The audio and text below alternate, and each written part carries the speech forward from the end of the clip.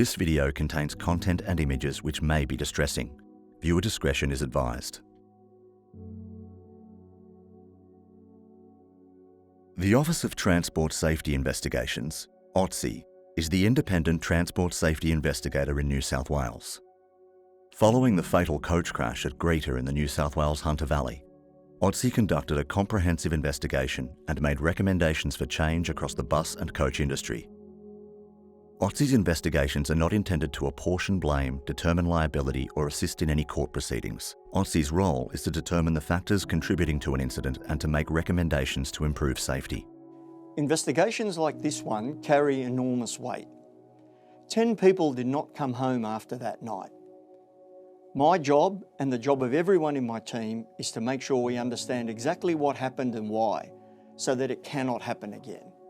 What happened at the Branxton interchange that night was a tragedy, a series of systemic failures aligned in the worst possible way.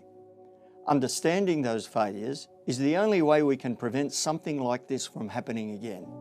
Late on the night of the 11th of June 2023, the coach left a Hunter Valley winery after a wedding event. On board were the driver and 35 passengers who were to be dropped off at their local accommodation. The driver was found to be travelling in excess of the safe speed within the roundabout at the Branxton interchange at Greta. As a result, the coach was unable to negotiate the turn and rolled onto its side. 10 passengers were fatally injured. The other 25 were injured in the crash. The investigation included data from onboard systems, which recorded the coach travelling through Greta Township, generally consistent with the posted speed limit. The onboard systems did not record the final speed of the coach at the time of the crash. Daniel Marshall, Senior Transport Safety Investigator, was the investigator in charge. One of the issues we had is there was limited data to understand the crash sequence and the events leading up to it. We utilised data from the road, witness marks and other information to understand the sequence based on the vehicle weight, size and mass. You can work out at what point it will roll over. So that was utilised to fill in the data points, align it with the witness marks on the road, and that's the area we know it had to be travelling more than 47 kilometres, otherwise it would have negotiated the corner. On approach to the interchange, onboard systems recorded the vehicle travelling at approximately 52.6 kilometres per hour. The next speed was recorded at 56.48 kilometres per hour on approach to the tightening corner. This exceeded the threshold required for the coach to safely negotiate the curve under normal operating conditions. The reconstruction of the crash sequence was developed from evidence gathered during the investigation using data from police and OTSI and specialist input from the National Transport Research Organisation. The following reconstructions are for educational purposes only and are not to be used for further analysis. The report found the vehicle's lateral forces increased through the turn. Stability reduced and the coach left the intended path, rolled onto its left side and impacted the roadway before sliding into the roadside barrier. The intent of roundabout design is controlling the speed of a vehicle on approach. However, looking at the modelling we undertook, we identified the various points where a heavy vehicle would roll over. For the investigation, we looked at a load transfer ratio of 0.6, and that's where the weight from one side of the vehicle has transferred to the other. Once you get to a load transfer ratio of 1, it means all the weight from one side has transferred to the other and a rollover is imminent.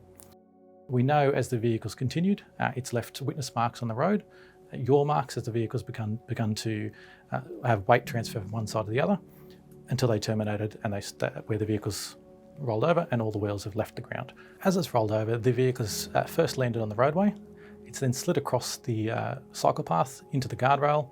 That's caused the coach to rotate back towards the roadway and then come to a rest. When the rollover occurred, all windows have broken on the side that it rolled, which has allowed passengers to be either ejected or partially ejected. Ideally with containment, you want to keep people within the coach. The investigation examined not just how the crash occurred, but why the injuries were as severe as they were. A total of 14 passengers were ejected and 3 were partially ejected through those broken windows. The 10 fatalities were associated with ejection or partial ejection. The report found that at the time of the crash, not all passengers were wearing seat belts, which increased the risk of injury. Passengers had not received a safety briefing or reminder on seatbelt use before departure. Blood samples taken following the crash found the driver was under the influence of tramadol, an opioid prescription drug, at the time of the incident. It was found through medical and pharmacy records that the driver was likely opioid dependent and had a history of prescription medication misuse. The driver's likely substance misuse was identified by pain management specialists, but was not disclosed to Transport for New South Wales by the driver, the general practitioner, or a previous employer. The investigation found multiple systemic safety gaps across driver health oversight and medication management. The management and oversight of driver health and fitness, training and safety performance is critical. A centralised system for recording and sharing critical information is essential to improve oversight of drivers. Bus regulators must ensure that their health platforms are robust and their actions are aligned with the National Fitness to Drive standards. The investigation also examined the design of the Branxton interchange. The rollover occurred just beyond that approach where you've entered a tightening corner. Looking at the design, it complied with the requirements. There were opportunities to improve how you could manage that. The driver did know the location. So on the day of the occurrence, this was actually the third time the driver was travelling through the roundabout, the second time making that same corner.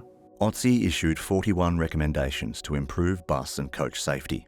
These recommendations address wearing of seatbelts in coaches as well as compliance and enforcement, occupant protection and emergency access and egress, driver health and fitness to drive, including medications, driver performance, oversight and training, road design, event data recording and crash detection, and the broader inclusion of buses within the New South Wales Road Safety Action Plan.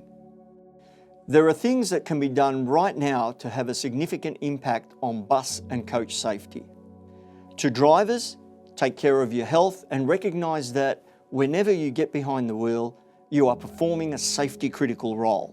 You literally have the lives of passengers in your hands. To bus operators, you are the critical safety manager. Your safety culture must strive to set the highest standard for your employees to protect your passengers. To doctors, if you provide bus driver medicals, acquaint yourself with the safety critical role your patient performs and report any concerns to the licensing authority. And to passengers, please keep yourself safe by wearing a seatbelt on a bus or coach where fitted. We want you to get to your destination safely. All statements, findings, conclusions and recommendations in this video are directly attributable to, based on and reflect the statements, findings, conclusions and recommendations contained in OTSI's investigation report. Access the full report, including all findings and recommendations, at otsi.nsw.gov.au. If this content has affected you, support is available. Contact Lifeline on 131114, Beyond Blue on 1300 224636, or for Aboriginal and Torres Strait Islander peoples, 13 Yarn on 139276.